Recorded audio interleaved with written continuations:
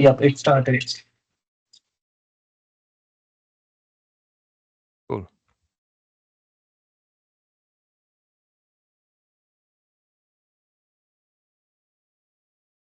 Good start. Yes, please. Yep.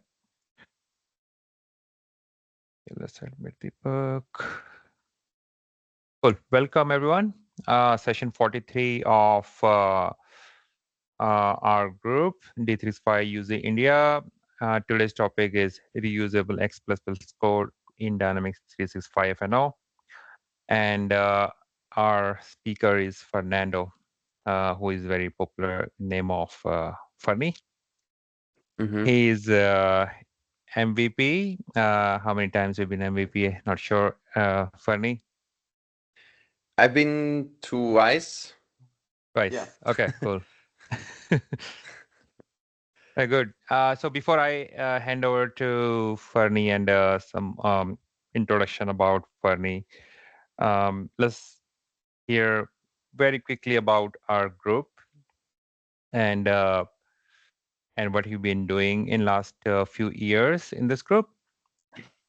So before I start that, there is a quick disclaimer about the session today, right? So views expressed today is from speaker, and they do not represent any views from the employer of the speaker or from the Microsoft. So before you try anything, any recommendation coming out of this session, just try it in the sandbox. So don't try it in production environment directly. The presenter mostly will be using the Contoso demo data and lab environments for this event. And the session will be recorded. As you can see, we have been struggling to record the session, so it's being recorded. If you don't want you to be recorded in the session, then it's right time to disconnect from this session. So about this group, quickly, we have more than 3,200 members globally connecting to us through LinkedIn and various social media channels. In this group, we have our founding member, Rachit, supported by Umesh, me and Deepak Agrawal. You can connect with us on LinkedIn, our Twitter handle, and definitely through YouTube, where you can see all the videos from the past sessions. This group has been active more than 3 years now, Rachit, if I'm not wrong. And there are more now. It's 43rd session, so there are 42 sessions. All the recordings are on our YouTube channel. And this is the link to our YouTube channel if you want to connect with us there. So before I hand over to Fernie, I will ask Rachit to introduce Fernie and just 1 minute on the topic today and the session and about Fernie maybe. Sure, Satya. If you can go to the next slide. So, guys, we are uh, joined by Fernando today, who will be talking about reusable code in X++. So whoever is X++ developer, we always aim to try to reuse the code and have some sort of code templates handy so that we can write it better next time. So Fernie will be sharing a lot of tips and tricks for X++ developers today. So welcome, Fernie. It's an honor to have Thank you you. in the platform. Over to you. Feel free to share your screen and take it away. Thank you. Thank you. Let me share. Do you see my screen? The Visual Studio. Yep. Okay. Then let me start to show. No. I want to do it in the other. Yeah. Okay. Good. All good. So we are gonna talk today about reusable code in X++. The date is wrong. It's 2025. It doesn't matter. Agenda for today. So first, I want to motivate, as I always do, like the session. Why Why is it so important? And believe me, it is important. I'd say it's the difference between a good or a let's say the best developers versus normal or junior-ish developers. Even when I say junior, I don't necessarily talk about years of experience, but about real experience and the practices. So we are gonna see how some concepts of generalized code and when to use it. And basically, we are gonna land all of this into examples. That is what I always like to do. As I was presented already, I am an MVP in Spain. Valencia, I have a blog, YouTube, and you can connect with me in LinkedIn too. So I already did a session around X++. It was called Clean Development in X++. This session is about reusable code. So within the other session, we saw many things on how to write cleaner code, how to do your code better, but it's in general. And in one of the topics of the other session was reuse code. So today, and that is so important that I think it needed a specific session for it, that it's this session. So if you want to check the other session is more around better write code, including making it clean, using meaningful names, understand the granularity and all that stuff. You can go there if you want. And this one is around reuse code.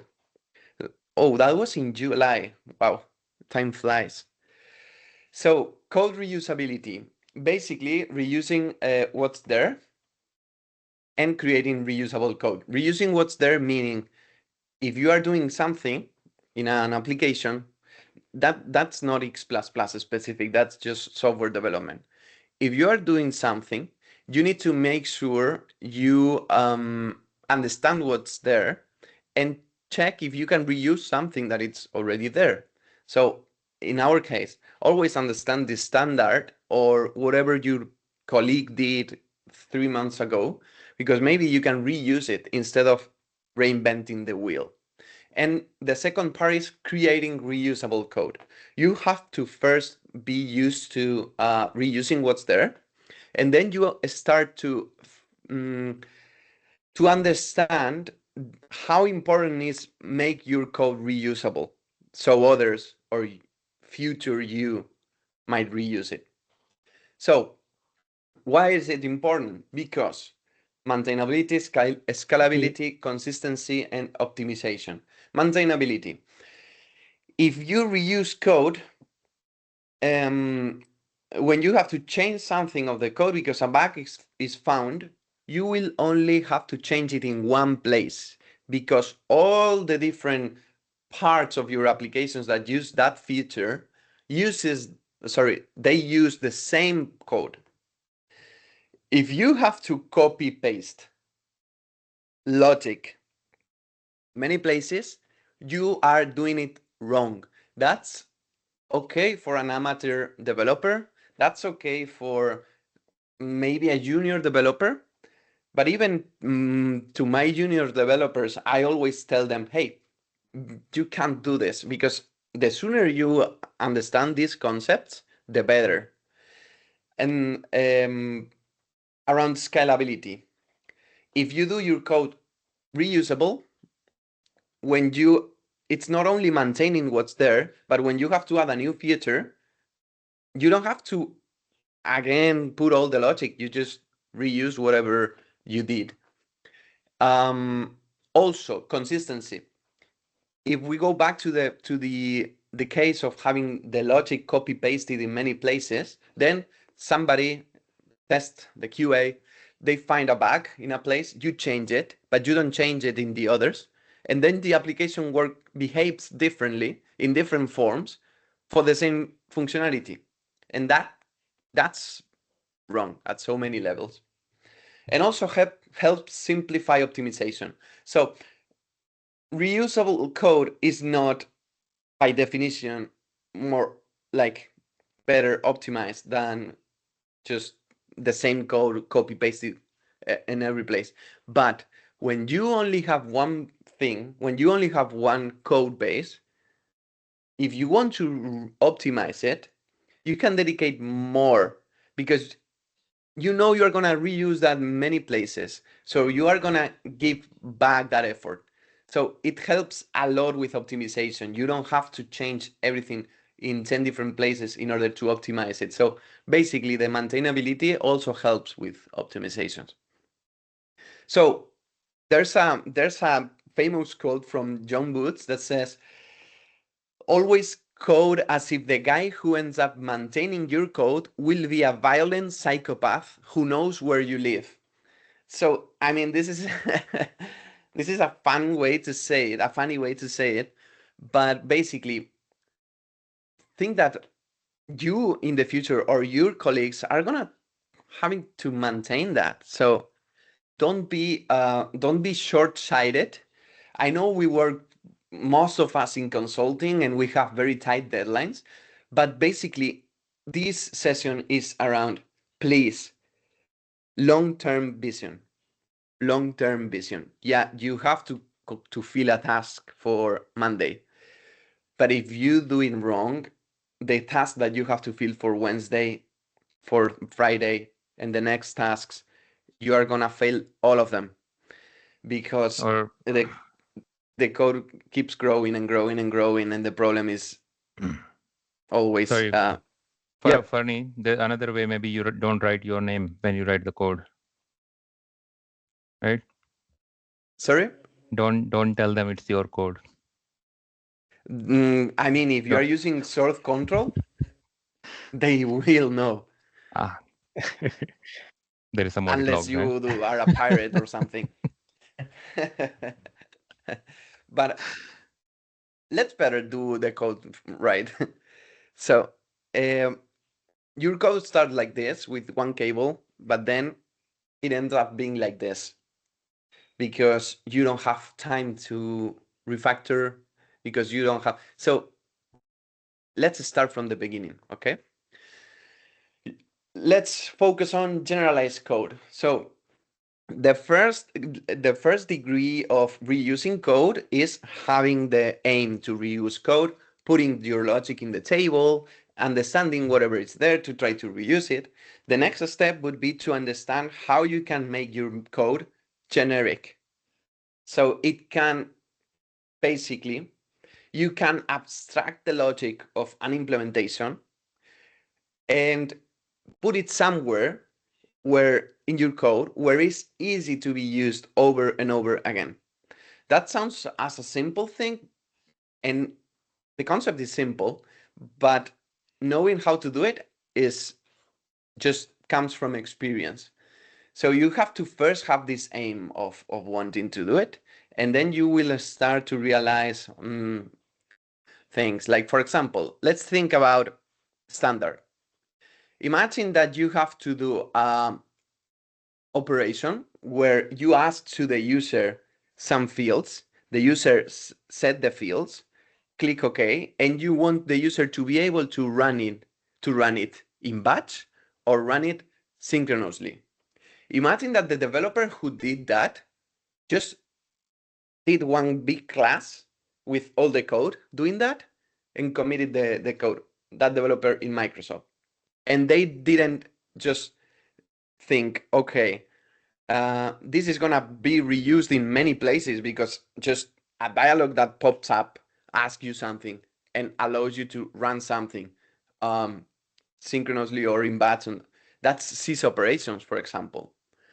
So imagine that sys operations wasn't a thing and we would need to every single time code everything, how to create the batch job, how to create the dialogue with everything. No, let's just generalize it, put it in the sys operation framework classes, controller, service, data contracts, and use all of that. That's an example of generic code in X++. Sys operations, for example, any framework like that. But disclaimer, and I say this now before before starting to get into the details. Disclaimer: you have to generalize code when it makes sense. It's 90% of the cases, when you ask yourself, it makes sense. But there are some cases where you are doing something that you are going to obviously just use one, or that generalizing that small bit of code is more expensive than what you get from. So you have to always have a balance. Don't just do everything very, very abstract, complex. You have to find the balance. Donald Knuth says that premature optimization and generalization is the root of all evil in software development. So basically, it's like if you are doing a select and you want to optimize till like the best you can, and then you say, okay, I have some actions in SQL that I can do that I can't do in X++. So I am going to write the query in SQL to optimize it a lot, because I want to do top 1-1, for example, and you can do that in X++. And you are doing just a find rec ID of a record. Don't do that. You are, because you want to optimize, you are doing a lot of shit. So if you end up being in that situation, please rethink. And the same happens with generalization. So once we say that, X++ is not the best language for generic development. In fact, you have to like do stuff to get over. There's other languages like C#, TypeScript, or stuff like that, where you have a lot more like flexibility. It comes naturally. Like for example, you see this function find max. That T is a generic type. It can be whatever. So whenever you use that find max, you can send whatever you are like working with. That's just a disclaimer. I've learned a lot of generic code and abstract logic and all that stuff in C#, doing development with other developers that are not X++. So just so you know, even though that's right, we have a lot to do in X++ that we don't. And why? Mostly because F&O developers comes from that guy that started in the ERP and is alone in the company, and they started to make stuff work instead of working with more senior people from the beginning that they teach you all that stuff. So now even senior people in X++, they just have a short-sighted vision of, I have a project of 6 months, let's fill it. And that kind of works, but it could be done a lot better. So we are gonna see examples. That was just me talking. That was trying to convince you that you need to start to think about what logic I can abstract.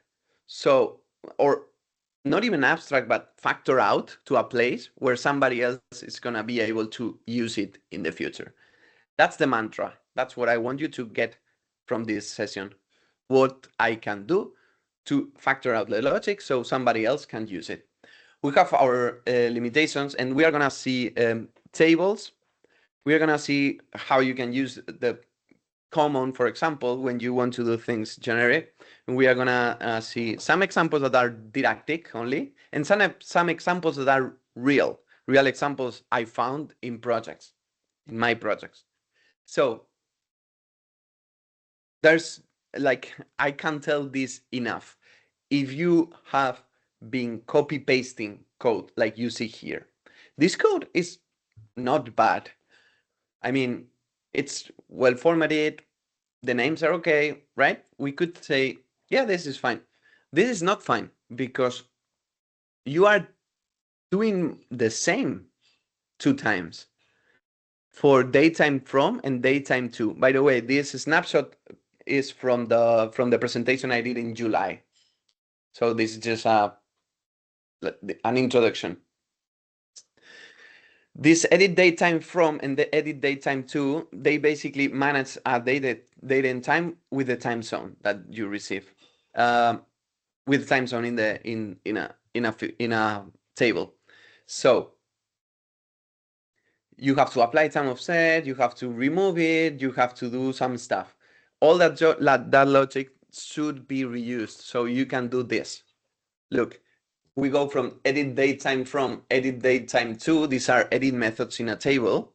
And then we see how now we have edit date time from and edit date time to down in the snapshot below, where we are reusing the logic from another class that I called BizUtils, where I factored out that logic in order to be reused. So in order to be reused, I needed to make it a little bit generic. Instead of having the actual record and the actual field directly there in the code, I need to send it as a parameter. I need to send the record as a common. I need to send the field ID, and I need to send the time zone we are working in. But that very little extra complexity that I am adding to the edit manage time zone dates general method, I am going to recover in a lot more simplicity whenever it is being used. So the edit methods now are a lot simpler. Edit manage time zone dates general method, and we are doing that for this table and for the from date time using this time zone. Now it's a lot easier. And if I need to use more date and time managed time zone fields somewhere, it's just adding a new line. It's adding a new line. So it's maintainable, it's easy, and probably the psychopath won't look for us in our home to try to kill us. The other psychopath that was maintaining our code. I hope you joined before, because it's a joke that we talk. I think there are people that might have joined later, and they might be wondering what is he talking about. So make it work now. That's worst case. Make it work clean and flexible. That's nice, but make it generic. That's what I stand for. Fernie Tudela Dev, learn with me. that's spam, just advertising of my blog. So be professional, shift your mindset to a long-term perspective. And now let's go directly to examples, because I've been talking like 20 minutes. Okay, let's go for examples. Let's go for first tables. And let me stop yeah. So we have, for example, this is a didactic example. This is a find from a table and a field ID that I made it generic. There's no much benefit on using this, but it's didactic because it helps you with an example of how to work with generics on terms of tables. So here we need to receive the table ID and the field ID. The table ID of the table we are making a find, the field ID of the key of that table that we want to find for, and the value, and then the boolean for update. So you create a dict table instance, and make record makes an instance of that particular table. So I can call this for whatever table in the system. I don't know. At this level, I am in the abstracted logic, let's say. I am factored out. So I don't know about the specific implementation where this is going to be used, but I don't care. I just know I am going to do a find of whatever table. So that these are the principles of making your code generic. Let's see an example that it's real. The ITS ordinal number, I don't know, how can I show this to you? It's here. So I think I created a form. I hope I did. Yes. FTD ordinal demo. This is a real example that we faced in our product. We are configuring stuff that it's gonna be used in commerce. It's gonna be used in the POS. So it's important for us to tell or to set the order of the records in a specific table. So we needed to have a move up and move down functionality that will swap. For example, this is header 1, this is header 2. I want header 2 to go before header 1. Okay, did you see it? And the same with the lines, and the same with like 8 more tables. Almost anything that was configuring stuff that was going to be rendered in the POS, we needed to be able to change the order of the number, the order of the records. So what we do is, behind the scenes, we have an we have an ordinal number that it's real or an integer, I think, because of some limitations in the product, the POS expected it to be an integer, but ideally we would have used a real number. It doesn't matter. The thing is, behind the scenes we have an integer where we put the order and an index by that integer, and then when we move up or move down, we swap the records. Imagine having to do that logic for every single table. We would need to have the same code copy pasted 10 times. So I was wondering, how can I do this generic? And the answer is using maps, using table mappings. A table mapping is an object that is very useful when you learn how to use it, that you have some fields here, some specific functionality. In this case, we need the key ref ID, the key ref table ID, and the ordinal number. Because, for example, in this case, we know that for a specific line, for a given header, we have one order. And for the other header, we have another order. So we need to know what is the key ref ID in a sense of what is the father. But it doesn't matter. The thing, what I want to show you is this mapping, it only have just here, rec ID, integer. And then in all the tables that use this functionality, I will map to the fields. In the demo header, I only need the ordinal number. In the demo line, I will also map the key rec ID, because that's kind of the scope where my functionality works. This works for a given header. We have an ordinal number that must be unique. So basically, I am creating a mapping for map the fields that are relevant for the functionality of ordering the records. Am I being followed here, more or less? So this mapping helps me to identify which tables and which fields are gonna take into place. And then with this, I can do the magic that is this FTD ordinal number helper, where I just constructed with a common record. I don't care if it's the header, if it's the line, or if it's any of the 20 tables that might use this. And then I check, is that record, has that record is mapped to the map that I created, the FTD ordinal number map? If no, I throw an error. So first function I wanted you to know, is table mapped with a sysdict table. So when we work with maps, sysdict table is very nice. We have is table mapped to check if that particular table is susceptible to use your functionality. If not, then don't. Then how do we move up or down? How we do all of that stuff? What we can do is, for example, for a specific record, we need to get what is the last ordinal number.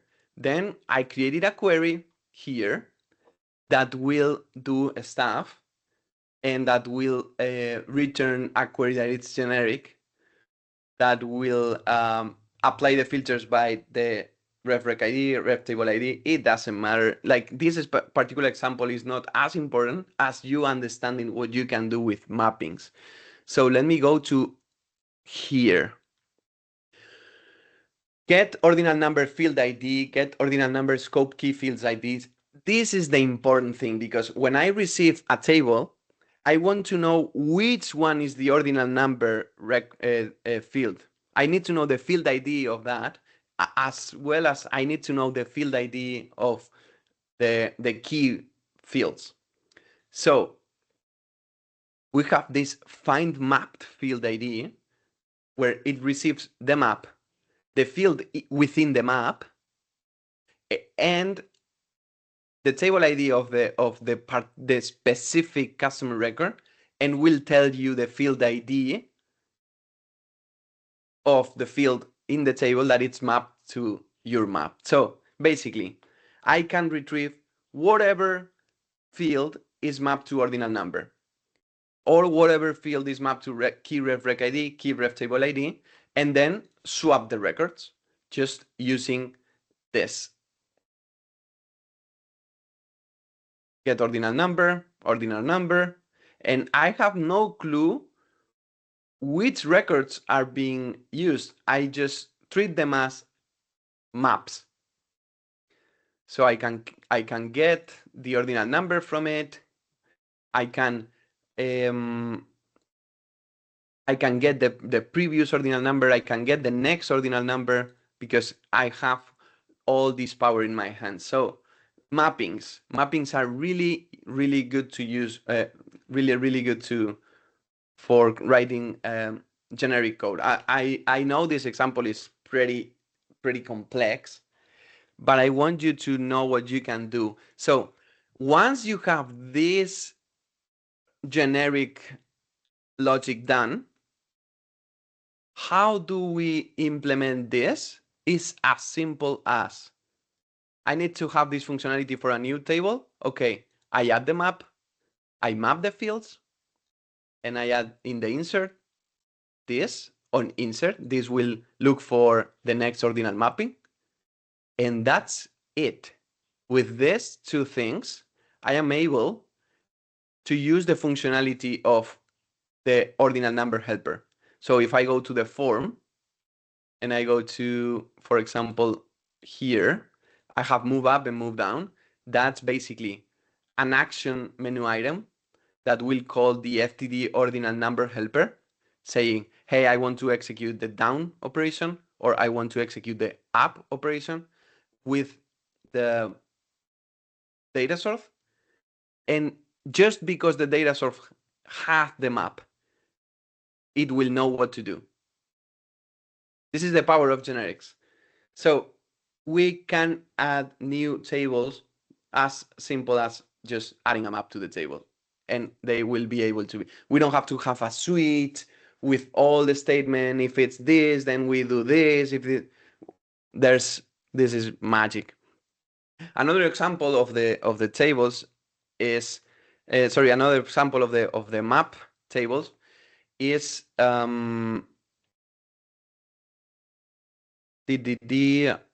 is one where we have the out of the box form and the out of the box tables for the POS permissions. I don't know if you are familiar with them, but basically I think I should have had them open.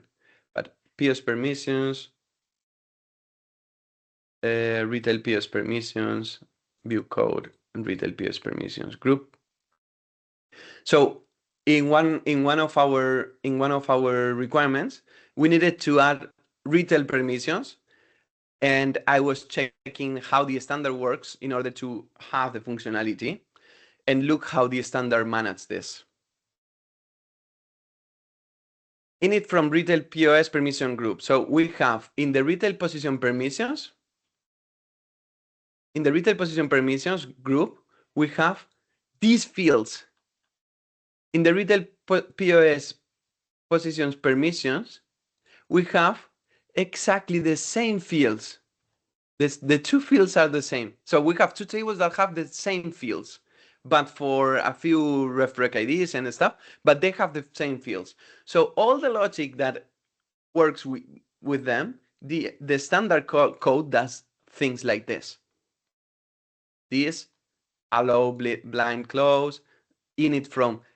Look at this. This is so fucking big. There's a lot of fields here, and there's a lot of logic that could be made generically and clean. Also, the same happened with the modified field. Look at this modified field. Look at how many cases we have in this switch. And all of them are doing the same. So if that's the case, why not doing it with a map? And that's what we did. We had an extension. Let me show it. Oh, yeah. I expected to show this. Sorry, 1 second. From current slide.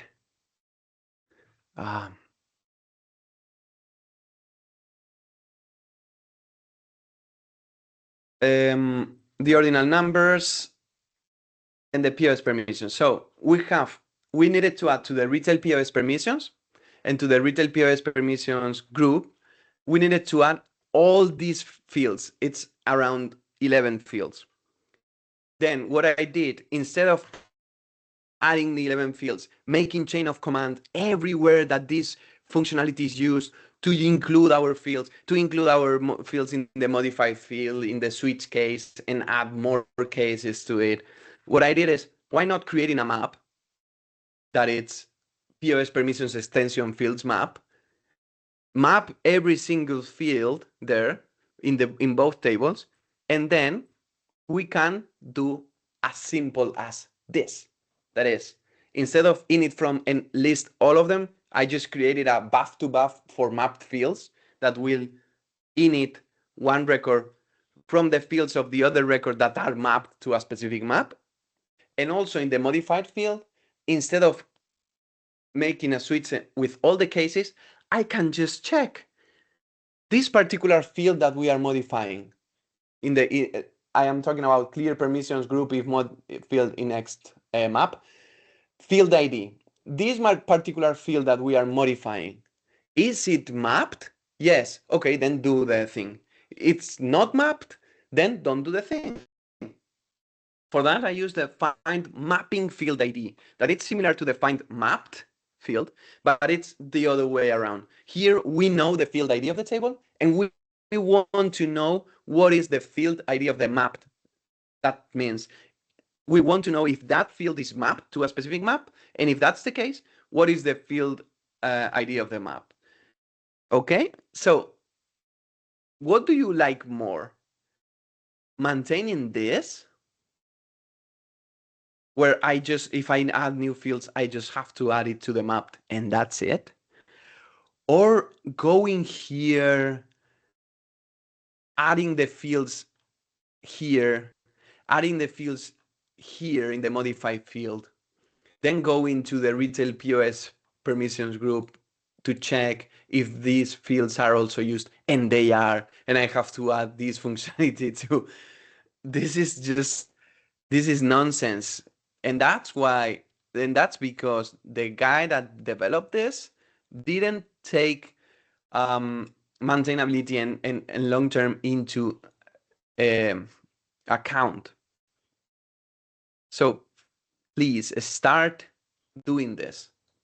Maybe you don't have to do it the first day like perfect. It's a journey, but start appreciating what this kind of code is and start trying to emulate it. Start using abstract classes, start using maps for things that are iterative, stuff like that. You might be wondering, how did buff to buff for mapped fields know the fields that needs to populate from the retail POS permission group? Well, what it does is I get the from record, I get the to record, and I get the map, and then it checks if it loops through the fields in the map using this AX map from Microsoft Dynamics AX XPP metadata support get map. It was hard for me to find this because there's no much documentation, but I did because I knew what I wanted to do. I knew I wanted to have it generic. I knew I wanted to just loop through the map and get. I loop through the map, and then I get the fields from one and the other table, and I do to record dot field equals from record dot field. So this is another example of generic code. This saved a lot of time. That's why I say this is not the first step when you start to do better code, but it's definitely a step you have to make at some point. You have to start to think, how can I do this that it works for every single time? So another example with classes is, as I said, how am I with the time? It might be, how are you guys? It might be a little bit complex examples. I know that, but is it getting like more or less the concepts? Are they clear more or less? Yes, Fernie, what you are showing is making sense. And in fact, there are few things like you have shown maps where we can loop through the generic method. I have seen some examples in standard where you add fields to a field group, and then using this dict field group classes, you can actually Exactly. loop through the field group and do the logic for all the fields in that field group. So you just have to drag Exactly. your field and you get the functionality. So these things are definitely reduce error, because most of the time otherwise people will end up copying and pasting and they might Exactly. miss one line, which becomes a bug, and they miss to change the field name or table name. So definitely Exactly. these are few things which we as X++ developers should think about before we start writing code. As you said, we are mostly pressed on time, but deep thought before and strategizing how we should create our metadata will definitely improve the quality of code. So what you're showing is definitely making sense. Thank you for bringing these examples to us. Yeah. Perfect. Then let's continue. Let's go for, we talked about tables. Let's go with a small example of classes. I don't want to get into the details, but basically I have a solution that it's open in I think it's in GitHub. You can get it. I have a post in my blog where I shared this, that it's basically to run to streamline the process of creating a new button to run an ER report. When you run an ER report, you need to call the APIs, you need to call and send some information, you need to do the data model. And I found this is going to be used a lot of times because there's a lot of new reports that you might need. So why not creating a functionality, a framework to run them? And that's a good example for us because it helps us to understand how to work with classes and abstract classes and all that stuff. So what I did is I created this abstract class that, by the way, it's extending already more abstract class that it's the controller, where I have just some definitions here and some logic that will be like, this will be needed no matter what report we are running. This is going to be common for all of them. Get the contract that we are using, get the parameters, init the data contract, and get some configuration I did. So basically what I did is when you have a report here in electronic reporting, in order to run the report, you need to provide to the API what is the contract that you want to run. Once it knows the contract, it will prompt you, but you need to tell the contract and the model where that contract is. So what I did is I basically created these fields in the table. Well, I created this call from code with contract. Then when you click, it opens this model and contract, and also this if you want to send more than one data source. So you populate the model and the contract that basically within ER you have this information. You populate this, and then this will for you do all the rest. It will execute the ER doing something like this. Execute ER report. So I receive a generic execution data contract that obviously this will be extended to. Here I only have the common information, the model DS, parameter DS, all that information that I need to send to the service, but these are not even shown. This is just internal stuff that I am sending to the server, right? So I created this abstract. This is not actually abstract, it's just a data contract, but we will extend it. Then this controller and the service will get that information from the contract and will do init settings to be overridden in extension. I put the extensibility points here.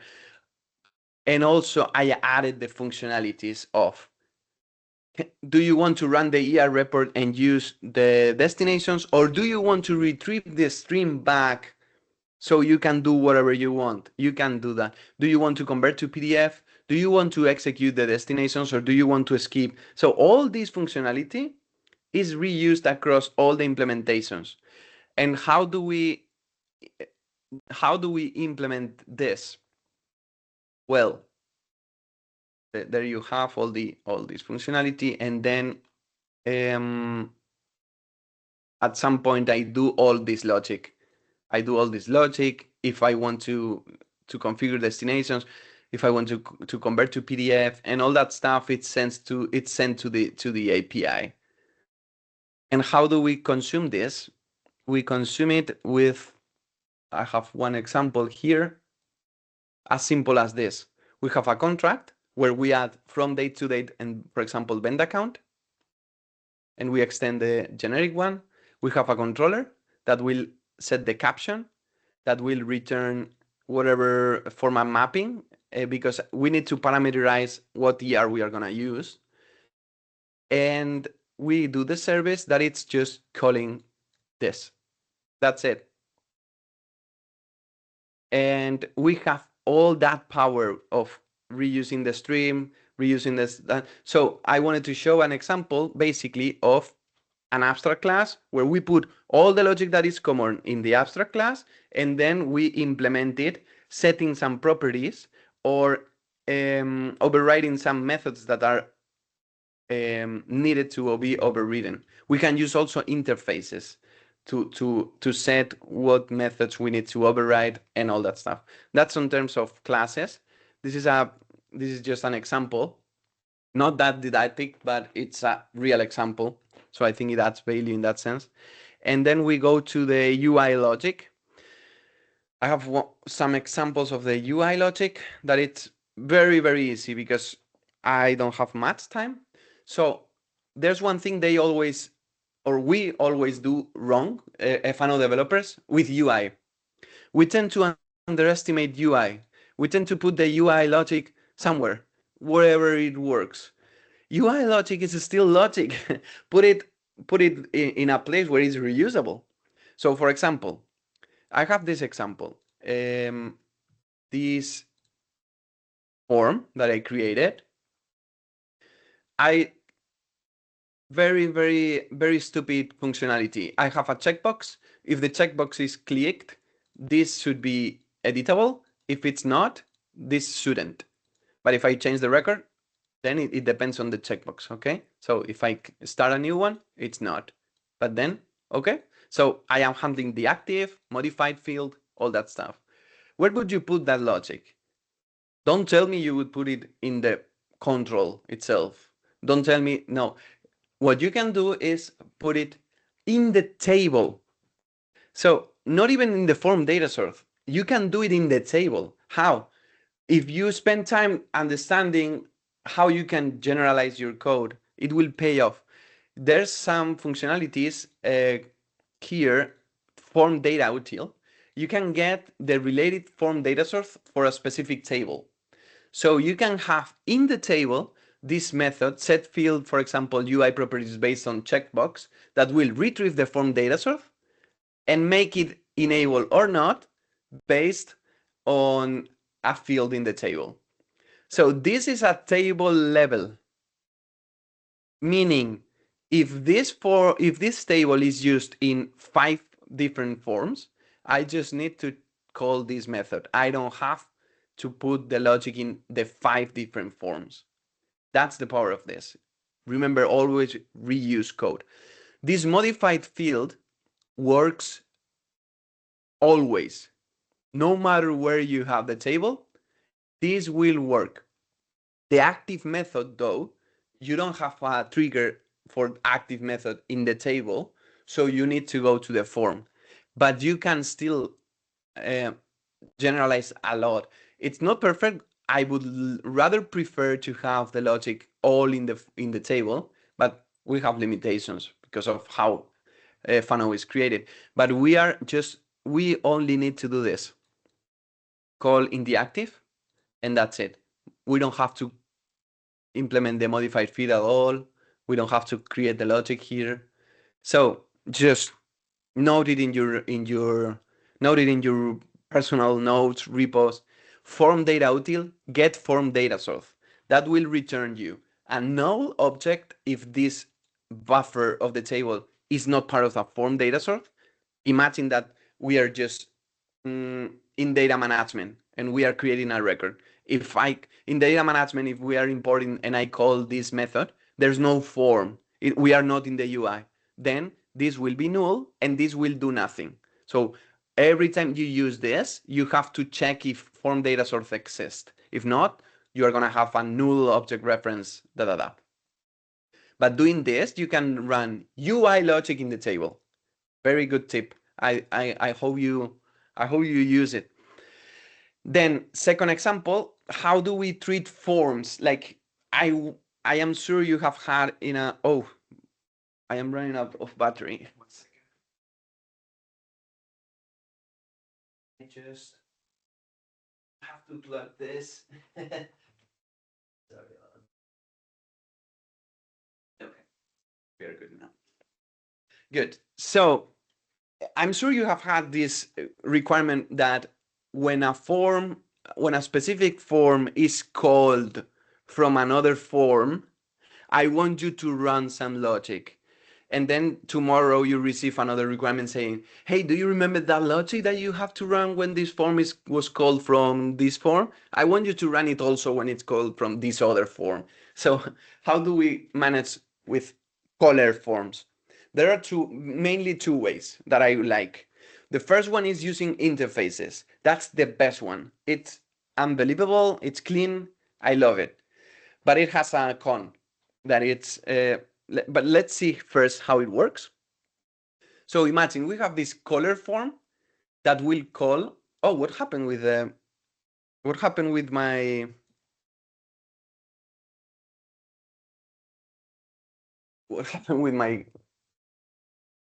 camera? I think it's trying to autofocus based on your voice. Okay, now. Fine. Yeah, you can trust AI. So we have this caller example where we are calling another form, and in the form, this form, we are running some logic depending on who called the form. So using interfaces, we can do the following. I go to the caller and I do implement this interface. An interface is just this. It's a definition of methods that you want whoever is implementing this interface to make sure they have these methods. You have the definition only. You don't have logic here. Then you go to here, and when you implement this interface, it will force you to have all the methods that this interface has with the signature, returning the same, receiving the same parameters.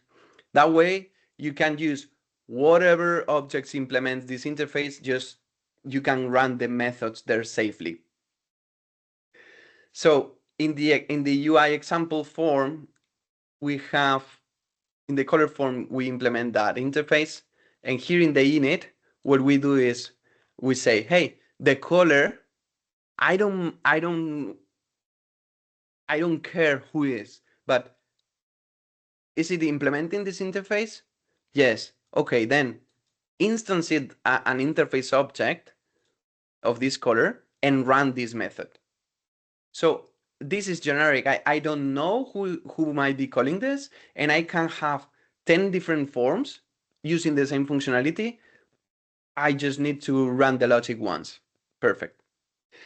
Problem with this, you can, for example, if the color form is the cast table, it is a standard form, you can't implement the interface because you can't add an implementation of an interface through an extension. It's not supported. So we have to have a second option when it is a standard form. So I usually use this because I am working in an ISV, so we have a lot of functionality new. But in an implementation project, you normally work with standard forms. So you will need to do something like this. Getting the color form run. Once you have the color form run, you check the name of the color form run. If the name is yours, then you check form has method. And if the form has the method, then you run the logic. This is not generic. If I need to add a new form color, I need to do that the same. But we are forced to do this because we could do form run dot method, but if in the future I do this and I change, sorry, if I change this name, Yeah, will break. it will break in build time because I am referring the object. If we do directly run the method using it's called injection, that means using objects that are generic and they don't allow you to in runtime to in build time to know the method, then then it won't fail at build time. Like if I let me show you the example. If I do this,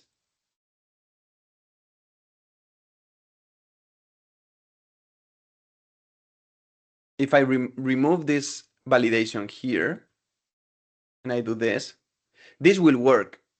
This will work too. And this builds. But if they change this, or even if the method doesn't exist in the first place, it won't fail at build time. It will fail at runtime. So In the don't do runtime. it. Yeah. That's the Don't. another problem with using reflection in code. You don't know it will build, but it might fail at runtime. Yeah, good call out. Exactly. So don't use reflection. And if you are forced to use it, always use it with extra precaution, like checking, like it was here. Does this form has this method? And I can show you how this works. If I go here, color form has one data source. So this is working. So basically what we are testing here is this. I am getting the color method and I am running this in the color interface. If I go to the color example, I am running this. Color form has one data source. So I think that was all I had prepared, all the examples I had. So I don't know if there's more, if there's questions or some example that you want to check. Oh, what happened?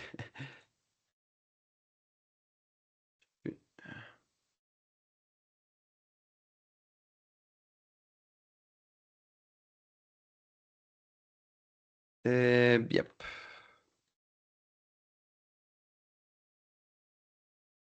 So have you published all this on your GitHub repo as well, Fernie? These No, samples? Yeah, no. that's fine.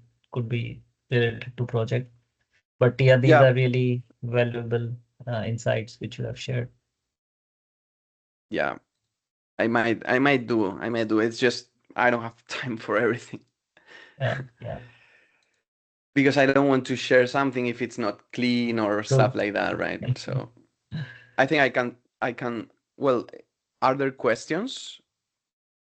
A lot of appreciation in the chat window. No questions as such, but if someone has any question, feel free to unmute and ask your questions.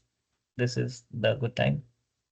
Yeah, any questions, any feedback around the presentation or something, I will appreciate. Maybe you were just sleeping because that one was tough. Like it was rough to understand. I think it's more to have the examples and watch it slowly because I might have wanted to show a little bit too much, but it was just to give you examples of forms, tables, and classes and how we can generalize the code even in X++ using mappings, using dig table, using dig field, using interfaces, using inheritance between classes, etc. No, I think the way maps are used, there are many standard examples also. Is like we were talking in the chat window around how the sales line and purchase line maps are used to do the price calculation and amount calculation because some of the fields are common. And in fact, I've also seen there are some examples where there are some temporary tables in out of the box, like TMP from virtual, which are used during posting to hold some variables or hold the data. So that way you don't have to create your custom tables just to do some calculation and store the available. There are some temporary tables which are available in AOT, Yeah, which can be used, and you can use that. Yeah. So good tips, great yeah. tips. Yeah. I knew about the mappings because of the standard with these Yeah. examples, but I haven't seen a single example where they do something like looping through a map, getting the Mm, fields of a map, yeah. finding the fields IDs of the tables and use them. And I think it's so useful. Like this buff to buff using a mapping, for example, that could be used for the cast bend trans. That could be used for all these maps that they are just doing Yeah. one map, the other map, and sending Yeah. all the fields and stuff like that. Right. Also, when like sometimes there are tables to delete data, move data from one table to another. Like when you delete sales table, it moves from sales table to sales table history or deleted sales table. So they have exactly Yep, same structure and they use like buff to buff instead of um, writing code for every field. Just use buff to buff and move the record. Yeah. exactly. So Buff to yeah. buff is perfect, but sometimes you might not want to do all the Yeah. fields, Right. and that's where the map comes into place. Yeah. Cool. Okay. Anyone has any question? Yeah. Over to you, Satya. Yeah. Yep. So looks like we don't have any question in the chat, and considering people are dropping off, we run a little bit over time. Funny. So all Yeah, good? sorry about that. No, that's fine. No, that's fine. I think there was delay from our side as well. All good. Yeah. Um, yeah. So no, this Cool. is really good, and thank you very much, Funny, for joining us and spending your time with us.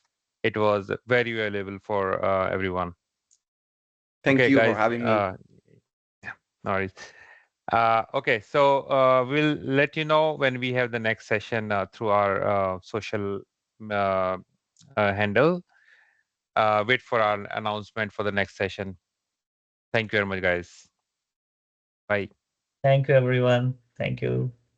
Thank you, Fernie, for Thank doing you. the session. Thank you, Ratsit. Yes. Okay. Bye. Thank you. Bye.